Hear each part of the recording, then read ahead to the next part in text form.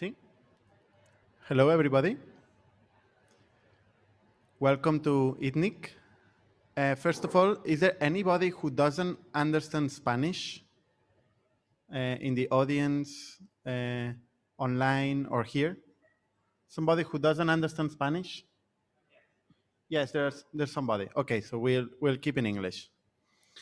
Great. So welcome everybody. This is ITNIC. ITNIC is a startup. It's a company builder.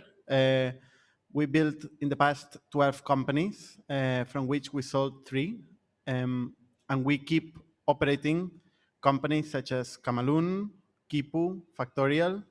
This is our main, actually our main work at ITNIC. We're operating companies, but we're also a co-working space, as you could see, a coffee shop here, and a fund.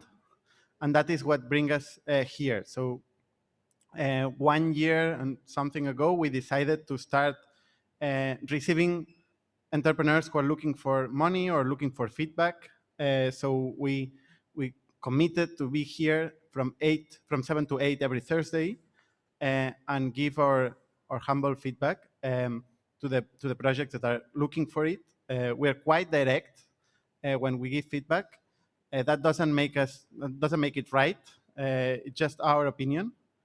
We also invest, so we are very happy to find projects where we can invest around 100,000 euros or 150 in the early stage of the companies. We usually don't look for traction. We look for teams, strong teams, and markets in which we see that we could build a business. So we see these separate things, markets and teams. Sometimes if we see a project very risky and with little barriers of entry, then we look for traction. I think that's pretty much it. We have 3 minutes for presenting the project, and then something around 5 minutes for questions where entrepreneurs can further develop their projects. We will say, some of us or all of us will say whether we want to continue talking with entrepreneurs or we don't want to invest and why. I think that's it. So the first project that we have today is Artur Munne.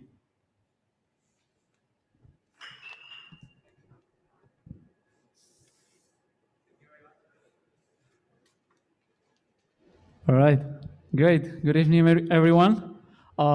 We are Mark here and Artur, both co-founders of Sharryup, and we've basically created this business for 2 main reasons, right? On the one side, we know by the data that loneliness feeling amongst the young generations is a huge, huge pain. Actually, more than a half of people under 40 are feeling lonely occasionally or normally, so that's a huge thing. And actually, social inclusion is a huge decision driver. And then on the other side, what we know is that there's a set of inspiring people that are not happy with the current social media platforms like Instagram or YouTube, either because they cannot get a closer look at their audience, or they cannot directly monetize them. So we've basically done is we've created a platform for these inspiring people to create their own community, right? It's just as easy as it is. And we understand community as a place where all these like-minded people, all these people that want to overcome a same pain, or they have the same motivation, they get together in a place, led by some inspiring individual. And yeah, we have some great examples in our platform that are already working. Like, for example, Loy, she's a girl. She participated in this Spanish program, which is called Fama Bailar. I would say she's an inspiring individual for the street dancing community in Spain. So she created her own community in our platform. And the best thing of it is more than 60% of the people that tried the community in the free trial, they went for paying the subscription, which is like 25 euro per month, in which we get a 10% cut out of it. So we're like a multidisciplinary team. Mark having experience in tech startups like Skyscanner and Rocket Internet, and myself in the business field.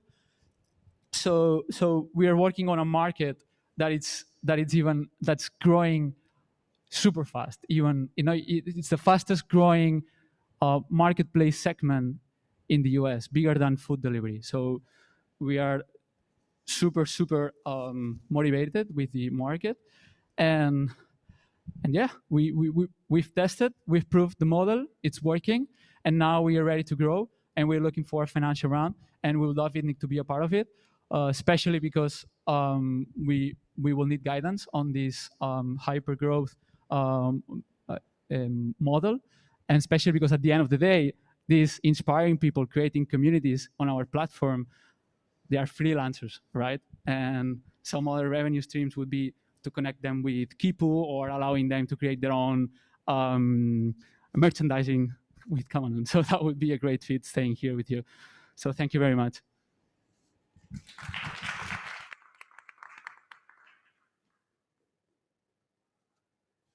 If anybody have any question, you can just jump in. Not, I will start. You say it's a bigger market than food delivery? Yeah. What so is excuse me, it's growing faster. If I said it's growing faster. But how do you define the market? The market is communities? So it's what we define as this market is the fan engagement. So people directly monetizing their fans. Like some companies in this field, for example, it's OnlyFans or Patreon. And like Patreon last year, they had 2 billion revenue created by their creators. And I can't remember the number for OnlyFans, but it's growing huge. And especially with after COVID, like the step up was like much higher than the previous track record.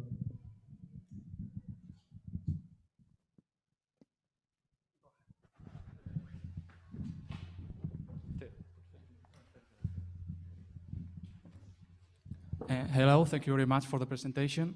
I have one question. What will be the difference between your platform and, let's say, if I created a page in Facebook for people that are interested in plants, and we could meet over there? I didn't understand what was the key element. Sure. So, well, the first thing is that through our platform, everything is integrated, right? So when someone subscribes to your community, first of all, you get the 90% cut, and then this person who has subscribed, he or she gets the invitation to chat, which is organized by channels like Slack, right? So far for testing, we have used Discord. So it's pretty much organized, and then this influencer or you as a community owner can host live sessions for them, so they can see their faces and they connect with each other, and they chat in an instantaneous way. Yeah. Okay, well, thank you. Hi, thank you. Is it focused on any niche? As I think OnlyFans is focused on porn, and then Patreon for content creators. So our main differentiation from these ones is that we have a strong knowledge on community building, both of us, because right before this, we have been for 3 years building our own community, and we were monetizing it. It was like for sport enthusiasts, and we were monetizing it through group trips. We were heading to 500,000 annual revenue. So we have all this knowledge, and we are just putting all this knowledge automatized in one person. So it's very easy for someone to create its own community. So I'm partially answering better your previous question now. And we're focused especially on personal development. So people teaching some skills like yoga, street dance, surfing, wherever, and it could end up to whatever set of personal developing. Because, yeah. Thank you. Thanks.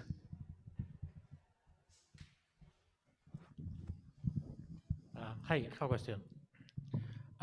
You mentioned that you have a 60% conversion from free trial to payment. Yes. This is impressive. How can you get free trials in? Because that's you feed the tofu to balance everything out, right?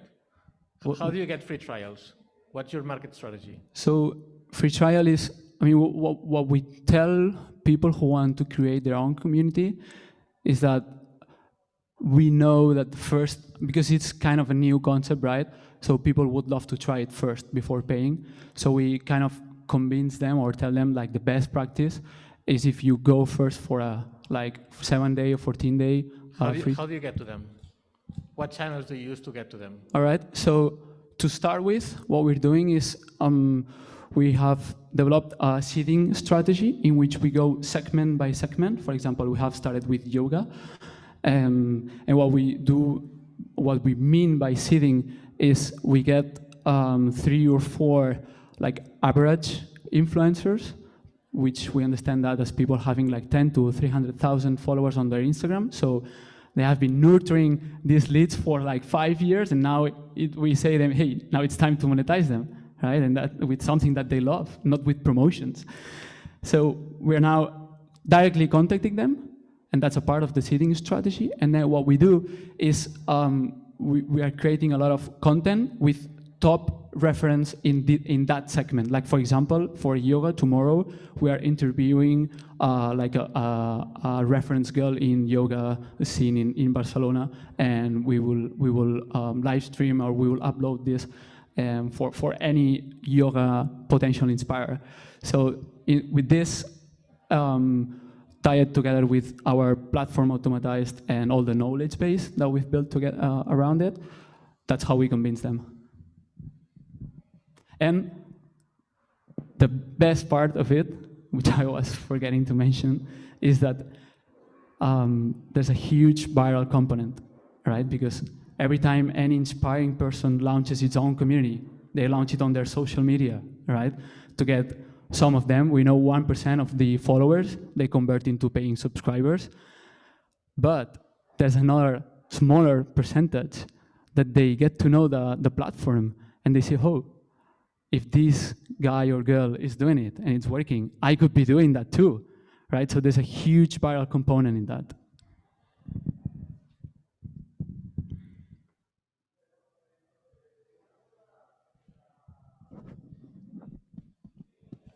I'm curious about what's your team.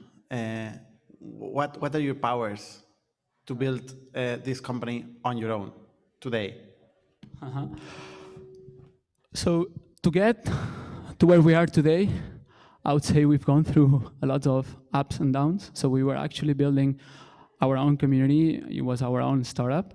We were monetizing. We've gone through some financial rounds, and of course our way of monetizing it was group trips, which is something that is not working now because of permissions. We don't even find it ethically correct to try to sell that. So we have startup experience, both of us. We have experience on the business side. Mark himself has had its own YouTube channel, and he has faced one of the strongest pains that this profile of community creations are facing, is that they spend years and years building up their audience in YouTube or Instagram, and at the end of the day, what they find out is that Instagram is paying you €0 by the value you are creating every day, and then YouTube is actually paying you very, very, very, very, very few euros or dollars per views, right? So we kind of experienced what we're trying to sell on ourselves, and that would be the emotional part, and the rational part is that we are both engineers, telecommunication engineer from the UPC and industrial engineer from the UPC, having experienced in tech companies like Rocket Internet, Skyscanner, Infinite. Yeah. Do you type? I mean, can you program?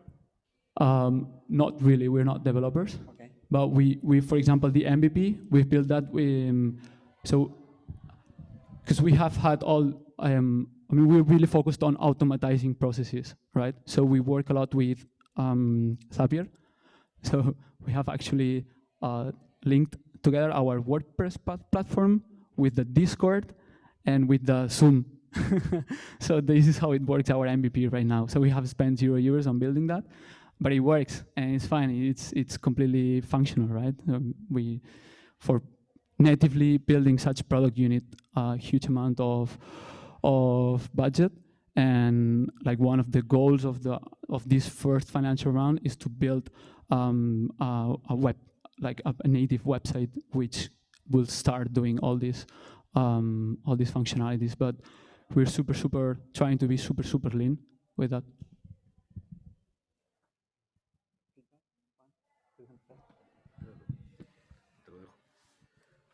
Okay, so I start with the feedback. These kind of companies that are B2C and have great ambition, and it's great. We love to hear these kind of projects. We usually look for unfair advantages. So we because there are so many people tries to build the next social media.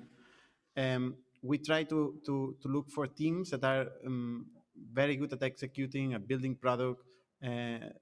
I mean, on their own, in the sense that it's very expensive to grow a team and build a team that can have the capability of growing a great product. And we also, this is the kind of business that we would probably look for traction in one very specific niche. So what you're trying to sell is you can build a community for everybody with all kind of content, and that's a lot of product to build, and that's very expensive. So we are trying to see our investment, how can it be amortized with volume. And if you try to build a very big product, you will spend a long time building the product. Whereas if you focus into one very niche, one type of content, something very specific, the product will be very lean and you will be able to see traction earlier. So in this type of business is the one that we would be willing, we would be willing to sit down and see the metrics, but only once there's some traction on it. That would be my take. Great, thanks. I don't know if somebody have.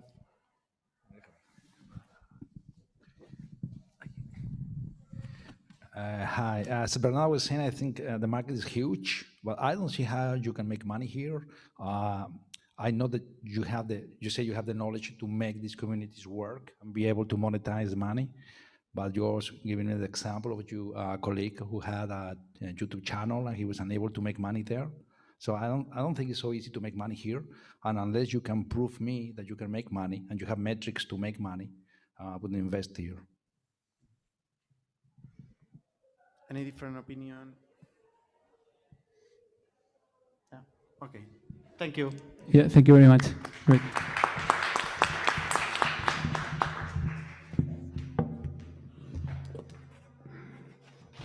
The next project is David Perez.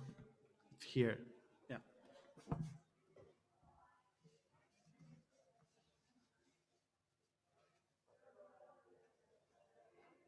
Okay. Hello?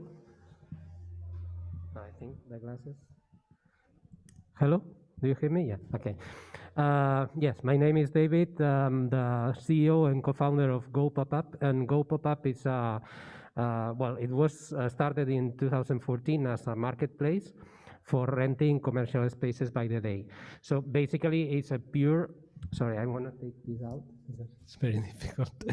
So it was a pure physical project, let's say, in the sense that we built a marketplace, a digital platform, but all the business was related, obviously, to renting commercial spaces, to do events, to present products, to sell products like by the day or in short periods of time. So this is a great opportunity, something that we have built in many countries. We are now in more than nine countries operating, and we have a team of 15 people.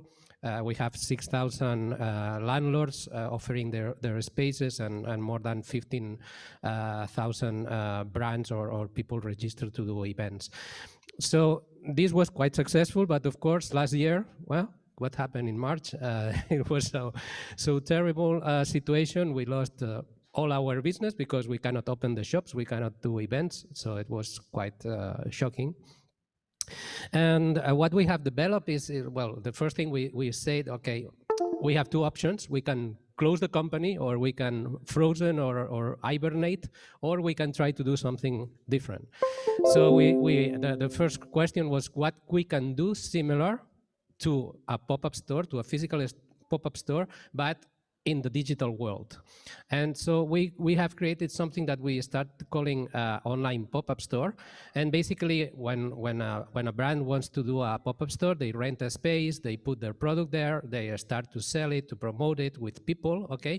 And they do they create an experience with the user, okay? So how can you do this digital? It didn't look that easy at the beginning. But then we thought, okay, let's reproduce exactly the same process, but online. So instead of renting a physical space, you can have a live stream session. You can do a kind of Zoom, let's say, a session where you present your product, where you connect with your users, okay? But well, for this you have Zoom, okay? You can do it. Second thing is how you promote it. And then you came out with the idea of, okay, you can use, of course, your social networks, your Instagram or whatever. But then what is the problem? The problem is that the brand doesn't have really the control of the users. They are alias in the social network. And how do you can access to those users? How do you know who they are and if they are going to buy you or not? And the third thing is, okay, but then you need to sell something, right? This is another of the functionalities that a pop-up store has in the real world. So how can you sell? And then we came out with the idea, okay, you can sell either a pre-sale, you can sell, for example, a coupon to exchange for a product later on, or you can simply link to your product catalog in your e-commerce, and then from the same session you can go to the e-commerce platform, and you can use any e-commerce platform. So we started creating this solution. We made all our own live stream session system. We have added the functionality of uploading videos if they want, and we did all that in a quite tactical way. Let's say, okay, we are going to solve a problem, right? But then we realized that this is really a trend in e-commerce, in China especially, where this is absolutely consolidated. It's growing in the US, but it's still early stage in Europe, okay? So we found this niche, we found this opportunity. And now what we are following is what is the trend. So we see that the brands really need to have this direct connection between their salespeople and the consumers, and they can do this online, okay? And this is a way to reinforce your sales also for your e-commerce. And you can really reproduce this experience of having a pop-up store, which means selecting a certain subset of your products to promote in a certain time. And when you need to do a demonstration of the product, when you need to really convince the customer about the use, about the uniqueness of that product, you need a person. You cannot do it just put an e-commerce site and wait the people to come and be convinced about that, okay? So for certain products like electronics, like fashion, many of them, they require an explanation, like cosmetics. So we have done this, we have the solution, and we started doing it on the web, but finally we have created also an app that anybody can download, any consumer can download in App Store and also in Google Play.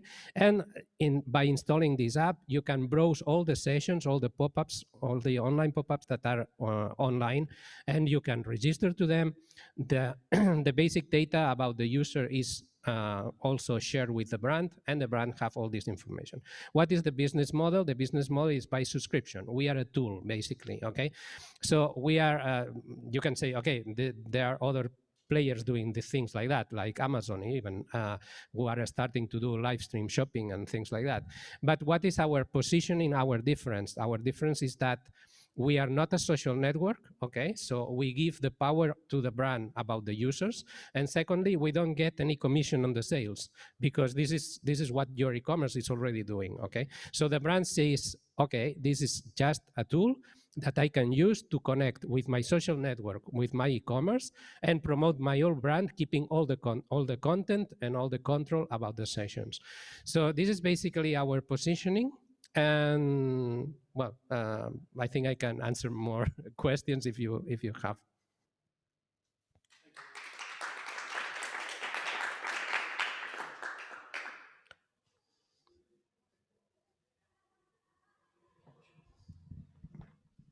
Okay, first question.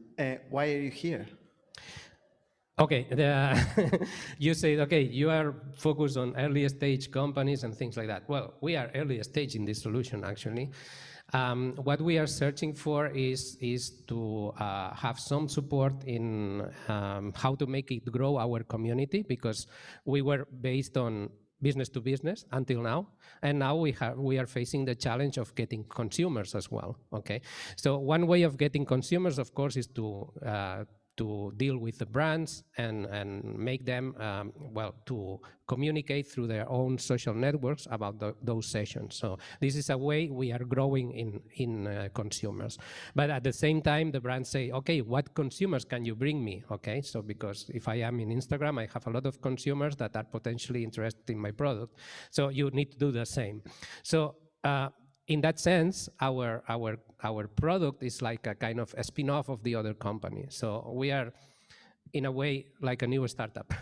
We are creating this product. We need support in order to make our consumer base to grow. And we are very willing to have some investment in making this community to grow, and also maybe some partnership with companies that have been successful in B2C. So we can join together and we can offer this service to their users as well. So it's something that it can be very scalable. It's really rocking in the US and especially in China, because China now is ahead in everything. And this is going to happen here. We have done more than 50 sessions with different companies already here in Spain. They are all very interested. And with the app, which is something new that we just published in December, we are seeing much more interest from any brand to be in this space. Short answer, money. You're looking for investment. We are looking for investment or smart money, like some connection. Still money. But how much? Because you didn't mention. Yeah, we are searching for 500,000 for making this customer base to grow. But as I was saying, maybe a good partnership could be even better than money, in the sense that we have the product. I mean, we don't need much more money to develop the product. We need more money to market it, to make it really known and interesting for the brands, and especially for the consumers. So you have two sides. On one side, you have the brands, which are your client. In the other side, you have the consumers that find out about these places and join. So you would say your main value is the infrastructure for brands to organize these pop events, or would be the discovery, so finding new customers.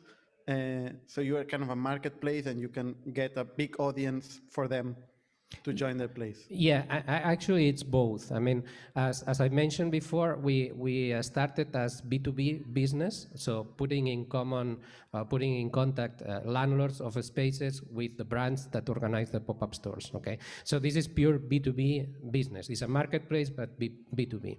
When we go to the online pop-up stores, then we need to connect the brands with consumers as well. So this is another step. It's a different marketplace, because instead of being B2B, it becomes B2C. So that's the difference.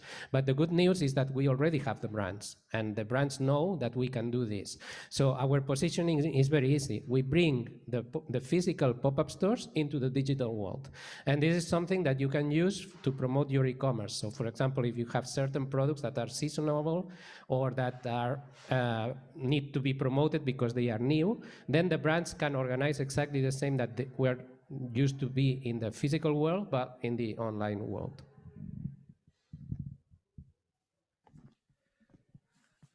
Hi, I have a question. So you had a former company that was operating from 2014, right, for 6 years. So this company is part of the other company? It's a spin-off?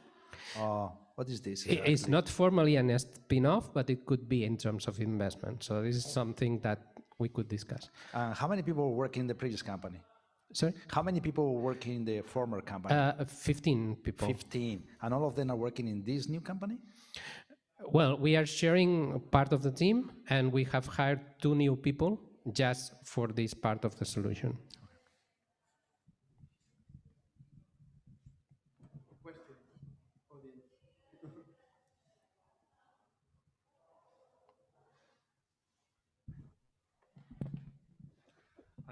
Hi, David. How much is each customer paying for your solution, for your SaaS solution? The brands, you mean? How do you the price brand? them? Yeah, it's very affordable. The price is a subscription of 99 euros for 3 months of, and then you can publish, you can create as many sessions as you want. Because for us, the business model, of course, the basic business model is the subscription, but in the future, having a lot of consumers, that's a different thing. I mean, with when you have a lot of consumers, and then you can bring some consumers from one brand to another brand, because one thing that we have implemented is hashtags. Okay, so every session has hashtags.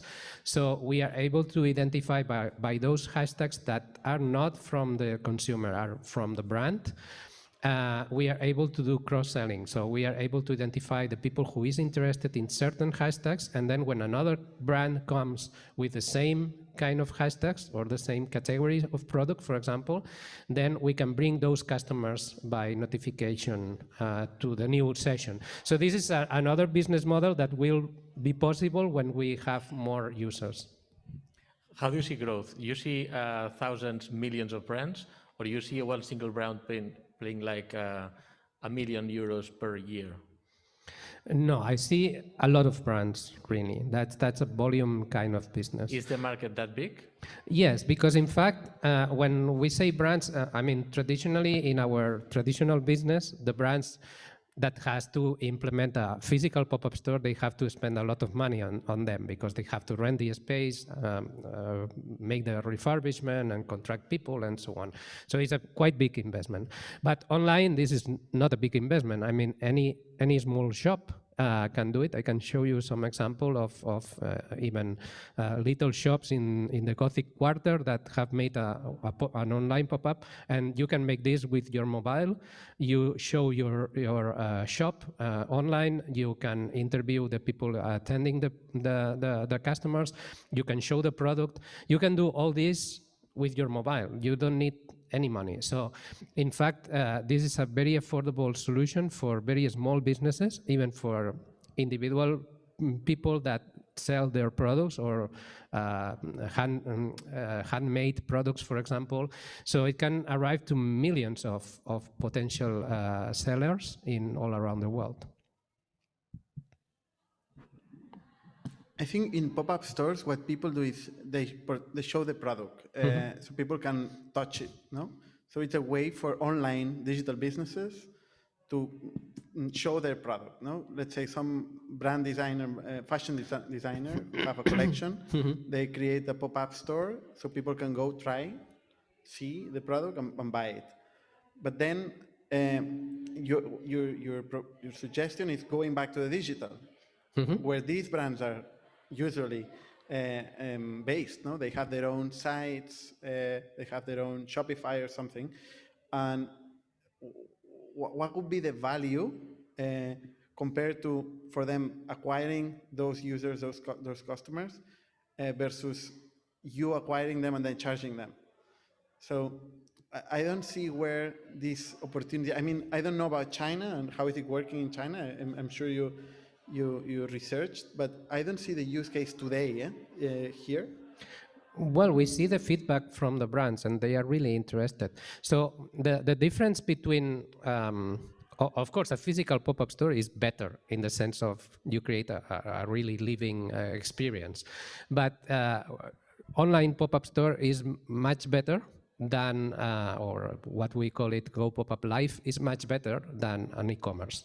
Because in these sessions, either if it's live, really en directo, or recorded, the person presenting the product can explain the functionality, and the session, if it's live, they can answer the questions from the consumers. So it's really bi-directional communication that you have. And for example, for products like cosmetics, we have made sessions about cosmetics. They explain, it is not just the product. They explain how you use it, when you have to use it. The people can make questions about that. So you convince much more. The conversion is much higher. Another example is for electronics. We are actually working with a dealer of a very famous electronics brand that I cannot mention. But what they told me is, yes, I need to explain the product because it's a complex product. I cannot put a phone beside another one without giving an explanation to the people. So this is why the shops are successful. If we can bring this knowledge to the online world, then the brands have the ability to really convince the customer. So it's maybe not for every product, but a lot of them that require this added value of giving guidance, of giving a recommendation, an explanation about the use of the product. This is something that you cannot do simply publishing a product catalog.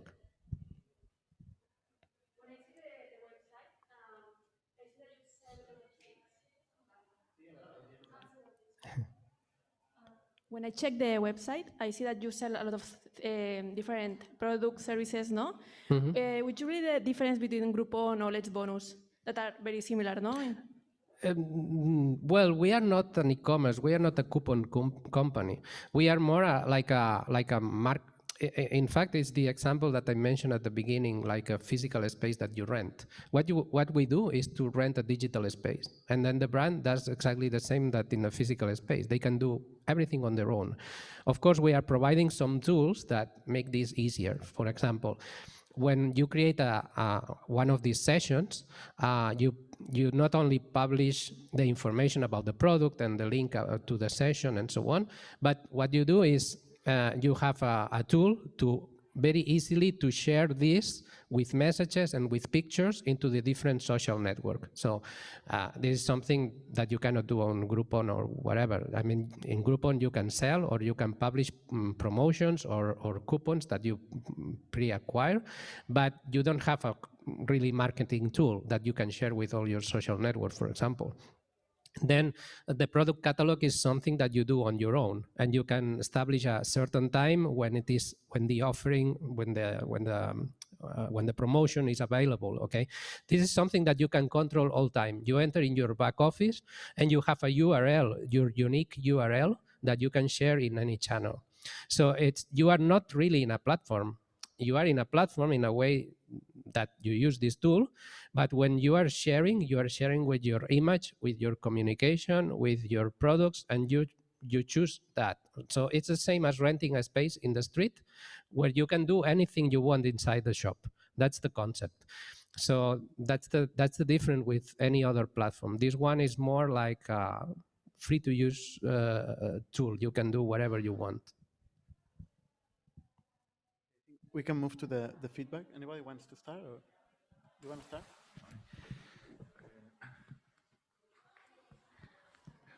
First off, I think it takes a lot of courage to move from offline to online due to the circumstances, instead of frozen the company, which is what our governments are telling us to froze the economy. You took another decision, you move forward, and it takes a lot of courage, and congratulations for that. Secondly, I think you have a lot of experience in PopUp, so you know you're an expert, and that's good. Bad news is that you're not an expert on online, and I don't see here technology. But I always look at a project, I see if there's a technology that is differential here. I don't see it. And the go to the market is a little bit different because you are B2B2C here. So you have the C leg, which actually is the most complex leg because, you know, C means, you know, acquisition cost, it means, you know, brand building, it means it's a different ball game. And I don't see that you have experience in this, you know, ball game, which I think is critical for the business. So unless I see some traction, I wouldn't invest there right now. Can I answer something? Later, Okay. later, after the event. Yeah, I have kind of a similar opinion. I think this is retail is a huge space, right? It's one of the biggest spaces in the world. But real estate in digital space is very competed, no? There's Amazon, this one kind of retail competition, and then there's Shopify, which is another kind of real estate in the digital space where people can sell their products. So, and then there's a long tail of different solutions. No? And you could argue that the world will buy in a different way in the future, and then that would be $1 billion opportunity for sure.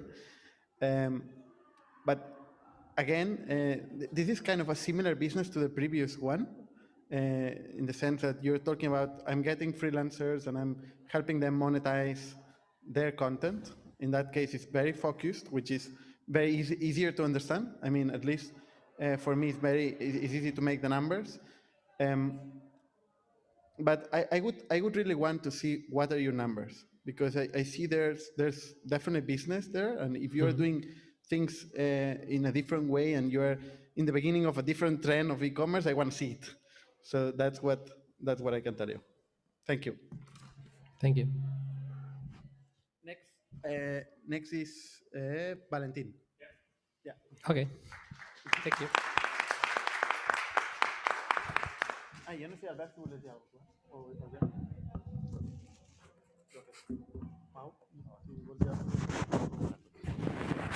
Sorry. Hello, everyone. Thanks for having us here. My name is Valentín. I'm one of the co-founders of Hamelyn. The other co-founders is the CTO, Federica. And Hamelyn is the online, fast, easy, hassle-free way to sell your unwanted items. We've started with books, as we think it's the best single category to start with and test our business model. And the way it works is very simple.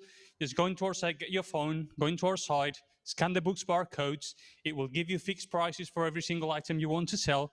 And you know, you build a basket with what you're selling to us. We provide the logistics for it.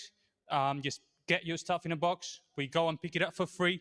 Once it arrives at our premises, we check it off, obviously, to check it's in good conditions, and then we pay you for it.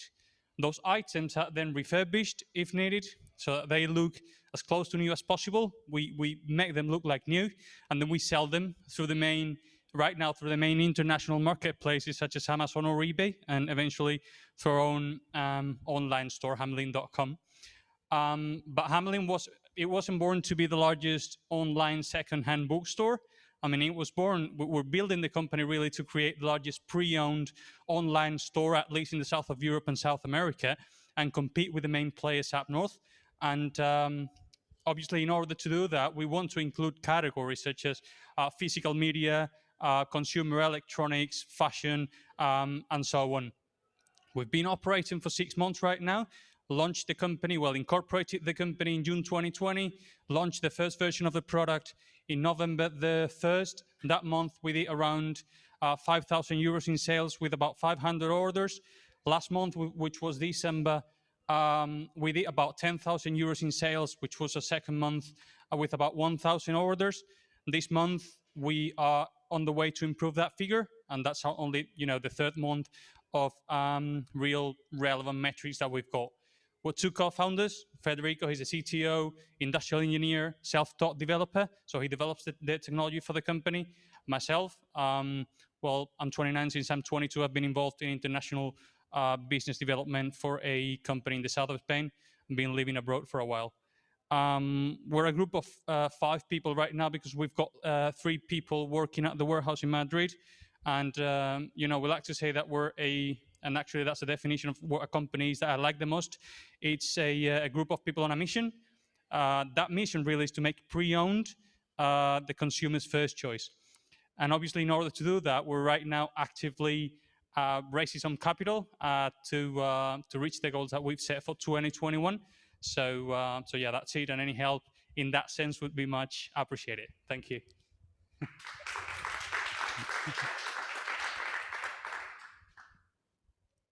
Yep. Sorry?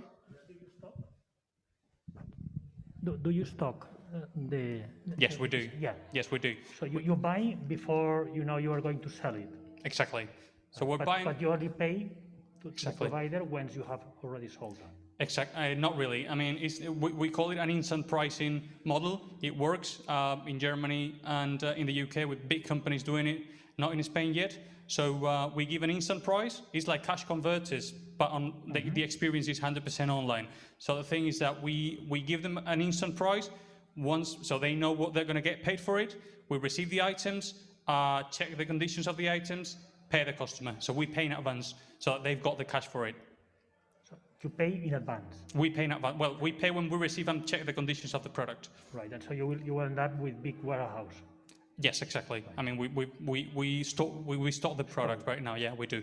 Okay, thank you. Yeah. A point. Yeah, one thing about that, because that's a very main question that is always asked. Before we buy something, I mean, we scan the product, or the user scan the product, the system identifies the product. We see at what price it is sold in every place, in Amazon, in eBay, in Casa del Libro, at this time because it's books, and then we will use other places. So we see, okay, this is the demand for this product, this is the price in the different places, this is the price in first hand, this is the price in the second hand.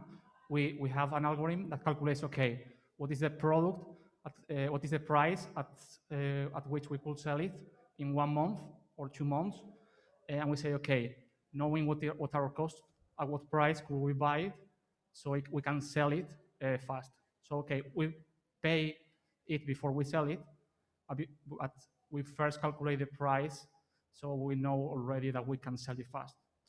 Yeah. So we never have like dead stock.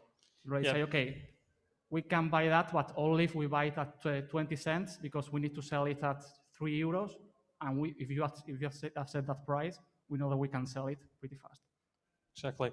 Another thing is that we don't buy everything. I mean, so if you, for example, books, because we're in that category right now, we might not buy a book that you want to sell. So if we've got inventory of that book, we might say, actually, the application, it says, sorry, we cannot buy that product today. You might please try it later. If you try it that afternoon or tomorrow, you might be able to sell it because we might have sold it from our inventory. Yeah.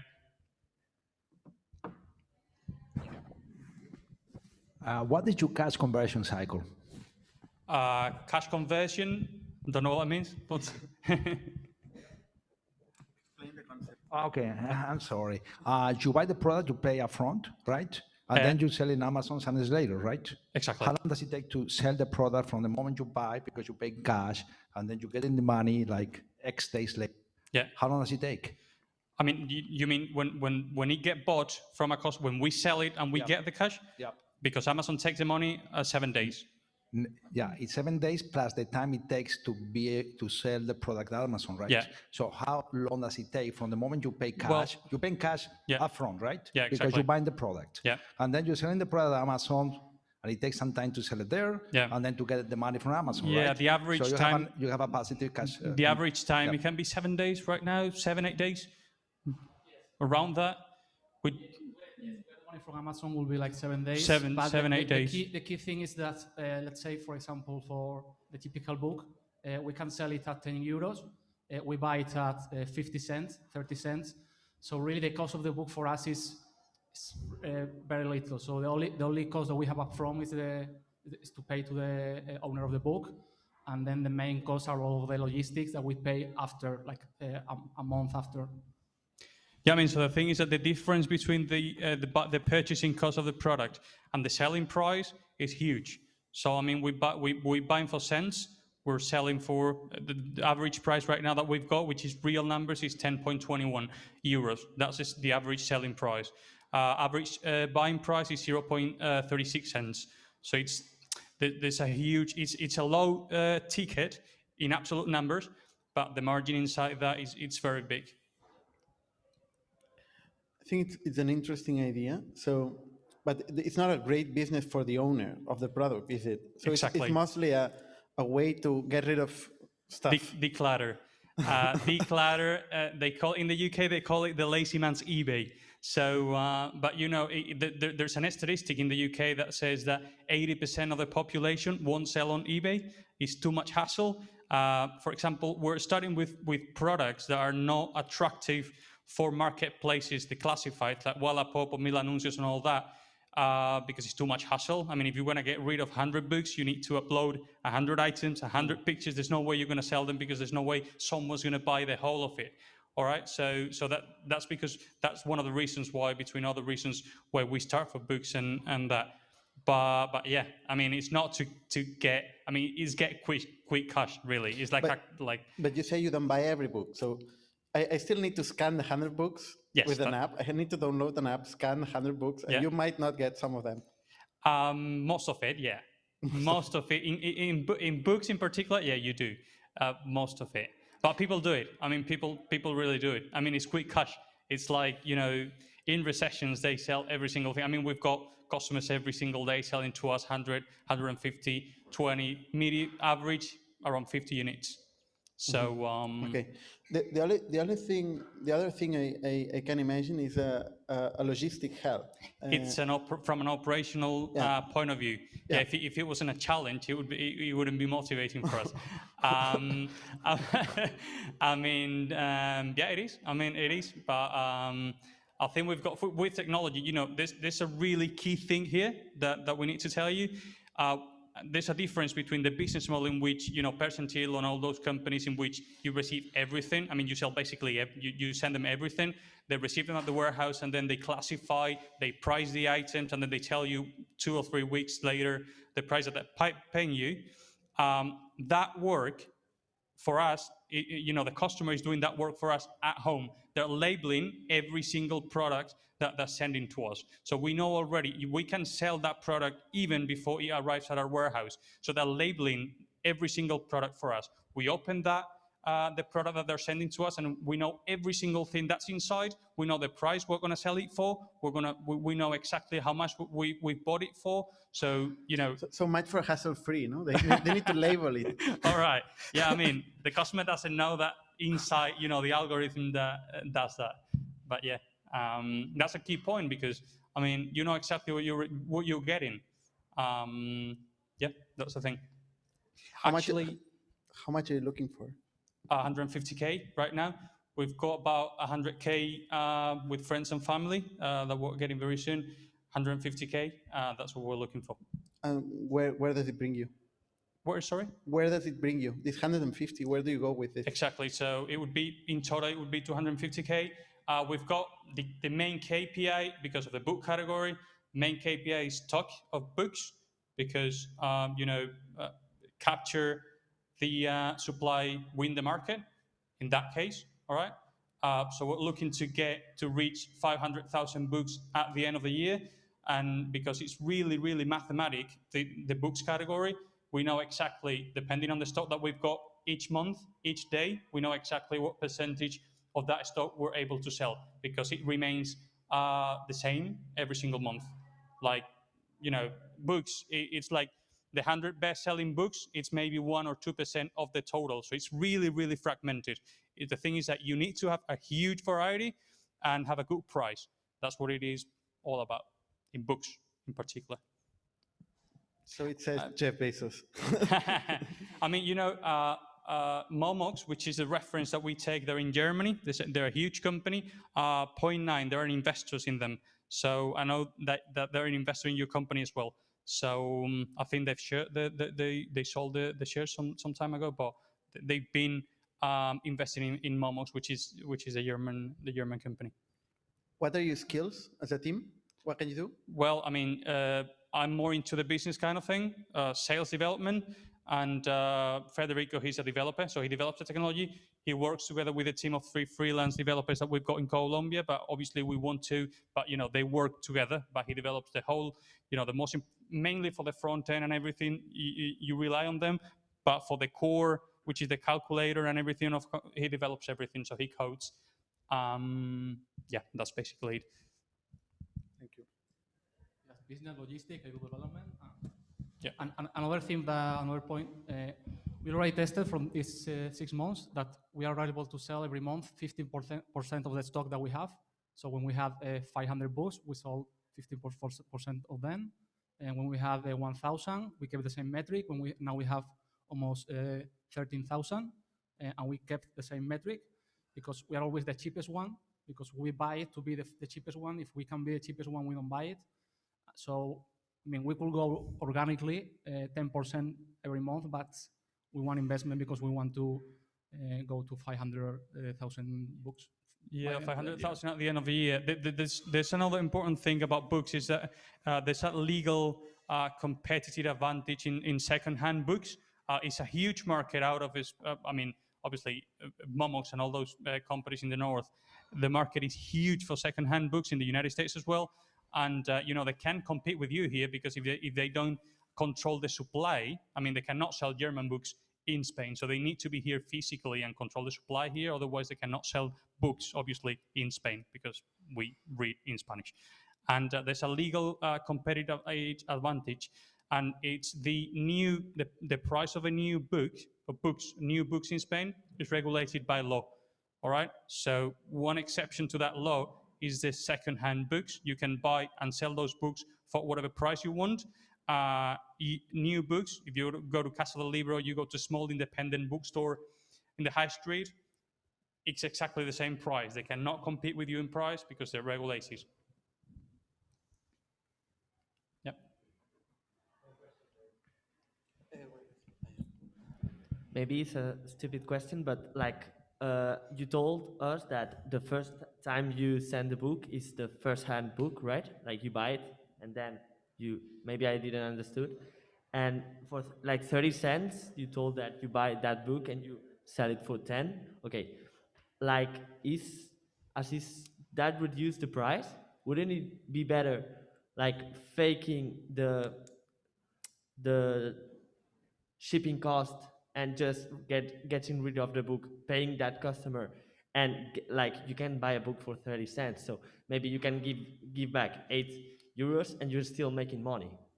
Don't get it. Yeah, maybe I didn't. I don't get it.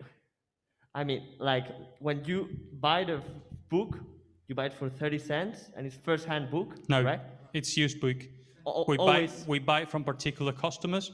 Okay. They send us 100 books. We pay on average 30 cents for each book. Okay. Yeah. We get them to our warehouse, stock them in our inventory, put them on Amazon, eBay, and our own website very soon, sell them for €10, Okay. making a margin out of it.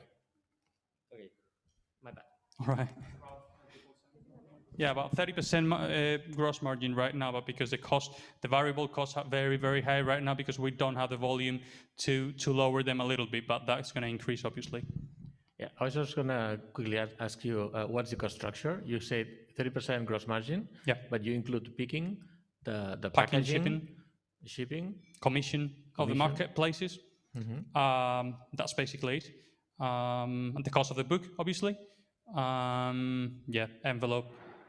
Yeah, about 30%. Oh, that's pretty good. And you said in December you get 10,000 sales from 1,000 orders. Around that, means yeah. An average of €10 per order? Yeah, a little bit more, 10.21. Okay. Yep. And how can you expect to grow this business? You said you want to expand into other categories, electronics, etc. Exactly. We want to really what we want to do is have a pre-owned online store for any single category that you can think of. Just go into our site, buy anything pre-owned, with a with an experience like if you were buying a brand new product, all right? But for half the price. But in order to do that, we need to make it really, really, really easy for customers to sell their things. That's what we believe, all right? We believe that the experience of buying something online has improved a lot. I mean, you go to Amazon, you find the product, you know the price that you're going to pay for it, add it to the basket, confirm payment, you've got it at home next day. Whereas selling something that you don't need, it's a little bit more hassle. It's a little bit more complex.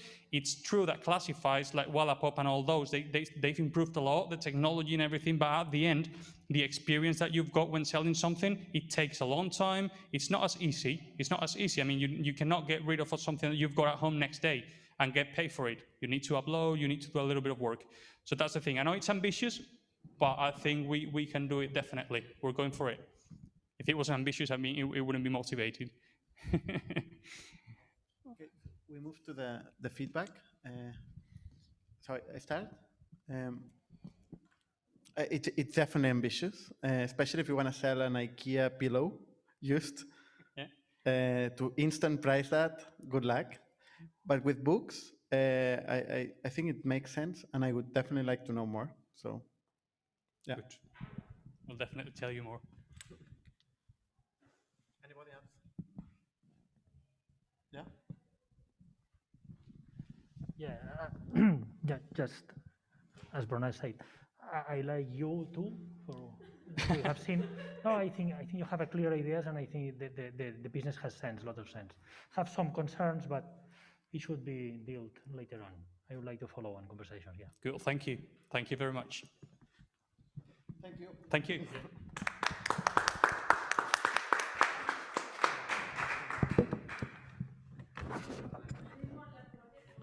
So last project would be Sabina Iman from Blink Dating, and it's online.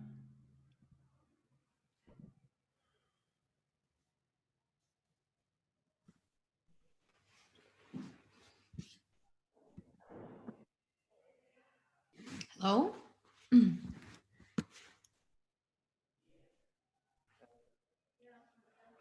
Hello, Sabina? Hear me? Yes, but we don't see you. Oh, that's bad. First of all, thank you for switching it into English. That's because of me. No problem. But we still don't see you. Oh.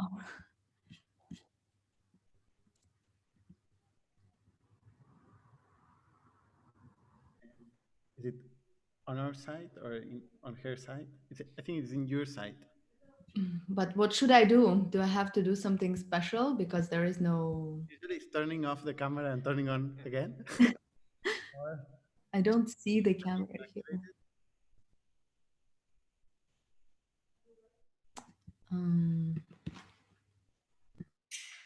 Sorry. There is only speaker option here. Should I leave and try to join again? Because I don't see the camera here, like as an option. You don't see the camera option? We can send a request for video from Zoom. Okay, now. Now. Hello? Now. Hi. Go ahead.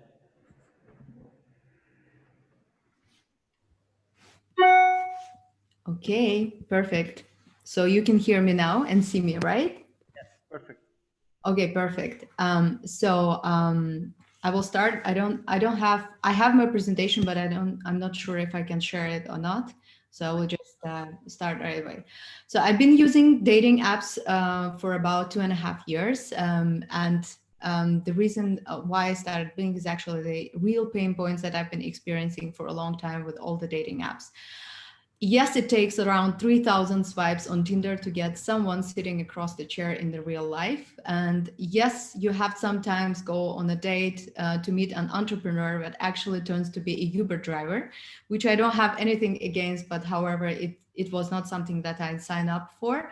Yes, sometimes I have to lie about myself on the dating app and place the picture when I'm younger and I look thinner, just because that's how the algorithm is working. So they put the people on the top rating based on their looks and the number of swipes that they receive.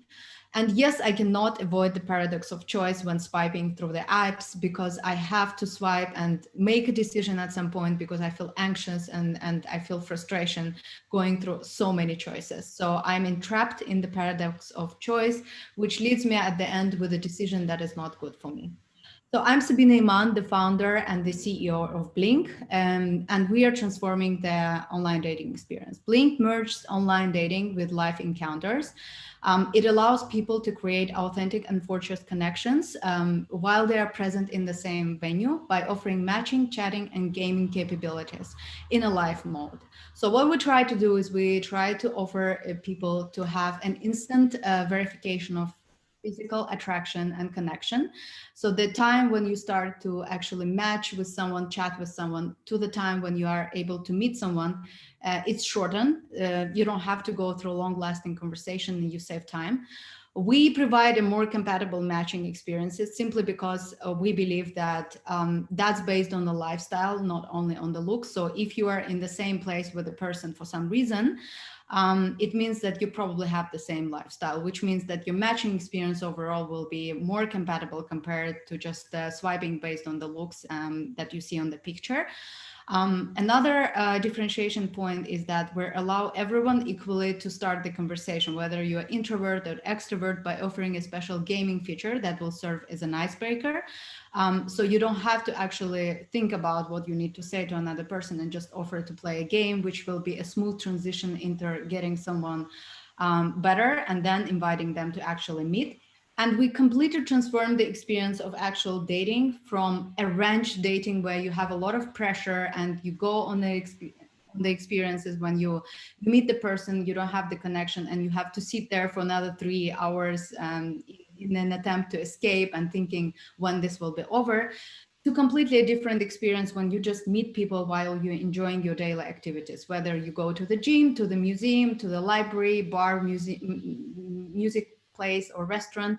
And this way we create the micro dates, which it makes it overall in terms of the experience more joyful with less pressure. And you can easily move on and leave the place and say to the person that you have something else going on.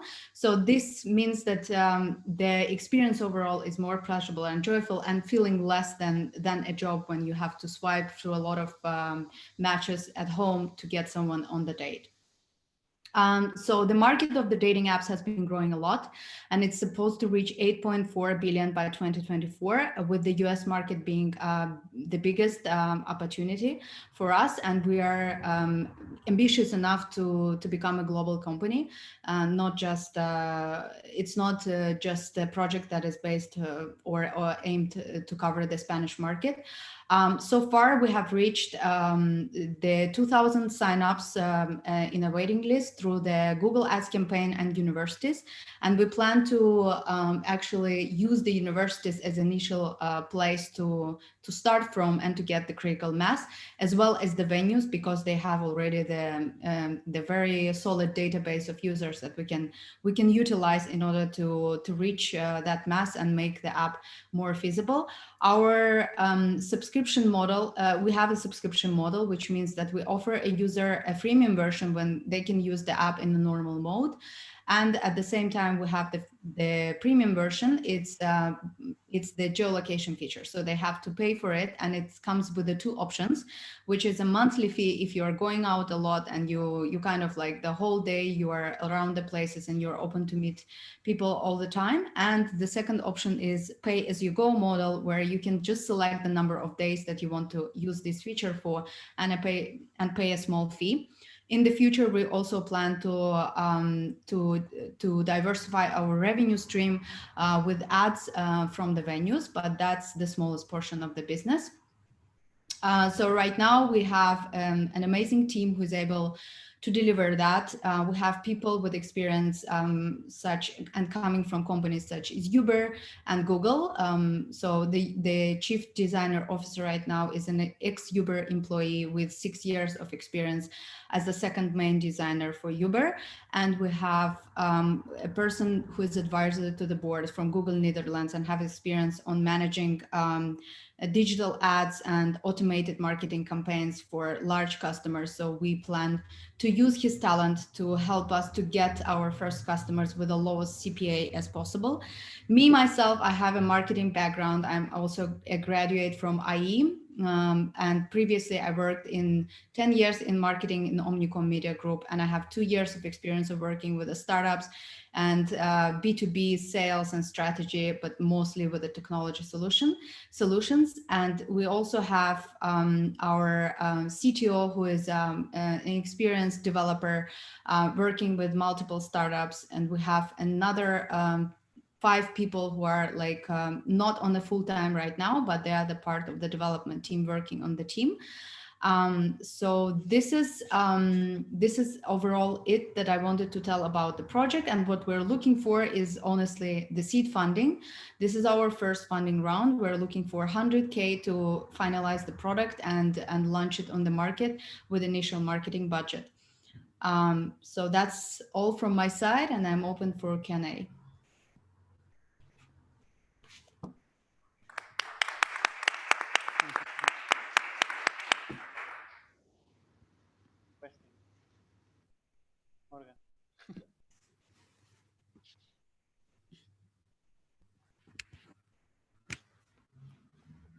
today is for some reason it's a very ambitious. It's for very ambitious projects. Dating apps, like social media apps, are being created. I think every five minutes there's one in the world. So it's definitely a human need of making friends and dating. There's no doubt about the need. The doubt usually comes from the go-to-market and how to attract these users and how to scale. And there's Tinder, which we all know, which is a huge example of a very big business. I think it's doing more than $1 billion in subscriptions. At the moment, it's growing insanely, like over 100% year over year for the last, I don't know, 8 years, something like that. So the question, I think, would be, what's your strategy to scale, to attract users and scale? Yeah. So first of all, as I said, like we are going through different user acquisition channels. As Tinder started with the universities in the US, we think that universities are the good point to start in terms of scaling, because that's the spot where actually we have the most interested target group. And because we're a location-based app, it allows people to connect with each other and match and chat in a live mode. So this is something that will be completely new experience for people in the university while they are in the same building. We consider this as an opportunity number one, and there are a lot of places and universities in Europe that we can start from, and even in Spain. The second option is also utilizing venues and their database, because they have already scaled their users through their social media apps and through their email marketing campaigns. So they have a huge database. When we talk about like groups, for example, that we have been in negotiation with so far, Grupo La Rumba or Grupo La La La, that are like big groups of venues and restaurants in Madrid, they each of the restaurants have around like 50K of followers on the Instagram page. So getting access to those people through these social networks and through the email marketing campaigns will give us a competitive advantage to get exposure to the higher audience with a small costs. And yeah. Go ahead, sorry. And the third option, of course, like when we put aside the digital ads, which everyone uses in order to get people on the app, is influencers. We see a huge opportunity there because these people have a huge audiences and they have the power to influence. So using influencers as the initial option where we can gain the critical mass, we see a huge opportunity.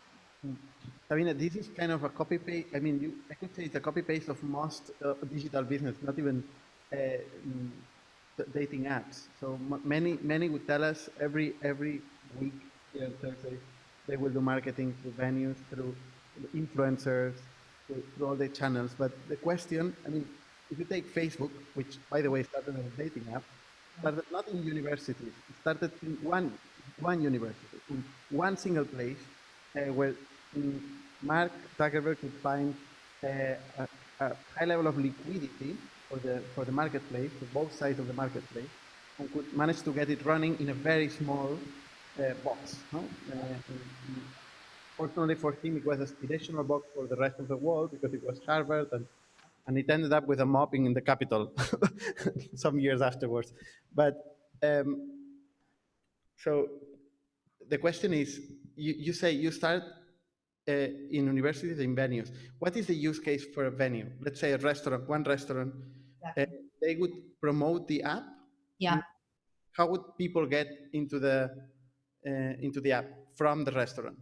So yeah, so when it comes to the physical promotion of the app, the way they can do is placing the stickers across the venues that will have the QR codes, and it will allow to download the app from the moment that you are in the restaurant. One of the options that we have already offered and agreed, for example, with Group Maison Kaiser. And the second option is, again, through their social media networks. So where they have the chance to make a special post on their Instagram pages, on their Facebook pages, they have the opportunity to send out the emails about the direct link to download the app from the App Store or Google Store. This is something that we have discussed as well as the opportunity. When it comes to starting small, we agree with that completely. And that's why right now we're focused on starting from IE, as we have the access to that community to test the product there, and also start with a certain area in Madrid with a certain type of the restaurants to make sure that we have like, you know, this box that we artificially create in order to test the usability of the app and to land our first users. So this is the initial strategy. So I'm a user of the restaurant. I go to the restaurant and I see a sticker. Yeah. I'm meeting with somebody, with Pau, and I see a sticker and I scan it with a QR and I download Exactly. the app, no? And then what do? I go home and then I connect to the app, or how does it, or I look it in that very moment? So exactly. You start, if you are in the same, so the idea is to give you an opportunity to actually match with the people who are in the app at the same moment in the restaurant. So yes, you can use it at home as well as the normal swiping app like a Tinder and Bumble and etc. But in the venue, you have the opportunity to actually match and chat and start inviting someone for a game in the live mode. And you know that these people are actually in the place at that moment. And you can actually send an invitation to have a coffee right away or to have like a 15-minute chat so that you can understand whether you want to connect with them further or not. So this is the idea about it. that makes the first box even more difficult to generate because you need to create instant connection in that very moment. So Yes. you have only one person, it's useless. If you have two people, it's very few, not many choices. So you need many people to start using it at the same time, no? Yeah, but for that you need, as I said, like utilizing the social media platform and access to the app from that stage when the venue already can advertise that app through the social network or email marketing, making people actually download the app before they come to the restaurant. Doing that through the bloggers and influencers before they come to the restaurant. And of course, some of the part will be when they come to the restaurant and they download the app and they can use it at the moment. But it's like, it's not one excluding the other one. So all the channels can work at the same time. The idea here is to make exposure and using physical and digital at the same time. And this way we can utilize all the possibilities to acquire users and land as much users as possible. And when it comes to the situation of having less people, that's actually more healthy. And that's what we also want to create. We want to create the environments with less people so that when you connect, you don't have this paradox of choice and you actually have the better or healthier initiative to start the conversation with someone who is already there and who is more compatible with you because you already both like the place and adore the place. So there is the chances that your whole experience with the matching with that person will be higher. So it's more about the quality than the quantity. That's what we want to highlight as well. And we are not aiming to kind of like, to make people go through a number of matches inside of one venue. No, yes, the number of matches will be limited, but this is what we also want to create in terms of the experience. So we go for quality experience rather than the quantity that other apps are offering at this stage.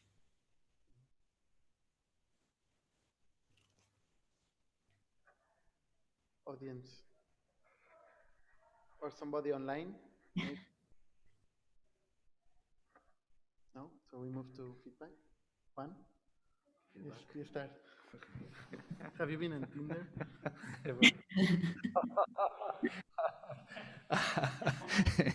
As Bernardo was saying, dating and it's a human need, and as all as human beings, that's the reason why we are here, I guess. So it's a very crowded environment, you're right. There are players here. There's a big player called Tinder that can become a new Facebook or Instagram or whatever.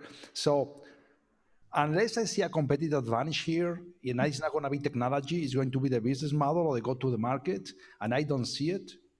I just don't see room for a new player because I don't see what you bring to the table that is different from the players that already exist. In a category when we have a player named Tinder that has the potential to be a Facebook. So I would invest here, honestly. But Yes, I agree with Juan. The market is controlled by Match.com, which has Tinder, has Plenty of Fish, has Mythic, has many other in the marketplace, and they segment the market very well. So it's very hard to find a spot between them. And you mentioned Bumble, it's one of them that's trying to find a spot. I also don't see the differentiation because I'm actually a user of Tinder myself quite recently, I have to admit, for the first time ever. And I'm doing it at home when I'm alone. I think that's happened. I haven't tried it yet. I have to. And happen is when you want to meet someone you met, but you actually were shy to break the ice. So you are actually, as Bernard was saying, I was with Bernard and I want to flirt with Che over there, and he's with the phone. I'm with the phone at the same time. So is that the behavior that you are promoting? Trying to find two people at the same time with the phone instead of going and breaking the ice? Yes, because in most cases for people, there is a fear of rejection, and that's the lost opportunities there when people are actually afraid to make an attempt and meet someone in the real life because of the fear of rejection or because they're shy. And first of all, and the second is that you never know if the person is actually available or not, or they're already having a boyfriend or girlfriend. But when they're in the app, that's a validation that they're actually open to meet at that moment. When we talk about differentiation points, I've mentioned before that we have like two differentiation points that are key is that it's geolocation based and in a live mode, something that Tinder does not do.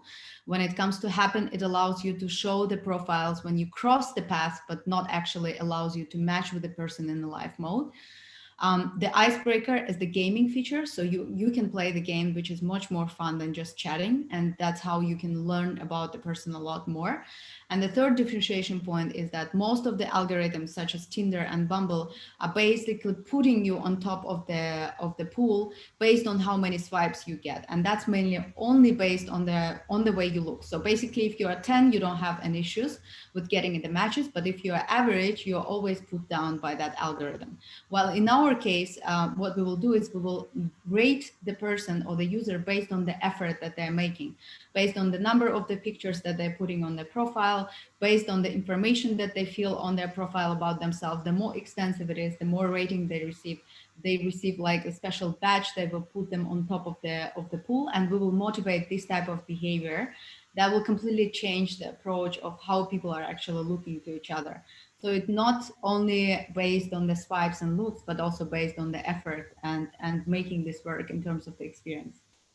Sabina, we usually don't allow feedback on the feedback because sorry, I'm sorry. Forever. So I agree with Pau and Juan in the sense that this is a very crowded space. The differentiation has to be very radical from my point of view, something completely different. I've seen games, I've seen this kind of tools you're mentioning before, so that probably wouldn't work. Maybe a business model differentiation, maybe charging the venue or doing something completely different and proving it with some volume would make sense.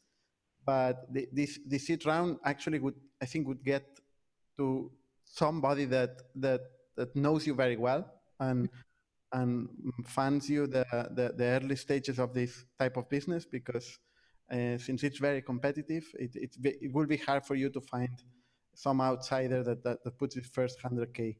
That's my opinion, but probably you could find it. I have no idea. Okay. Thank you very much for presenting. Thank you. Thank you for the feedback. It was great. Thank you, everybody. We'll stay here for some beers for the ones physically here, and see you next Thursday for whoever wants to come.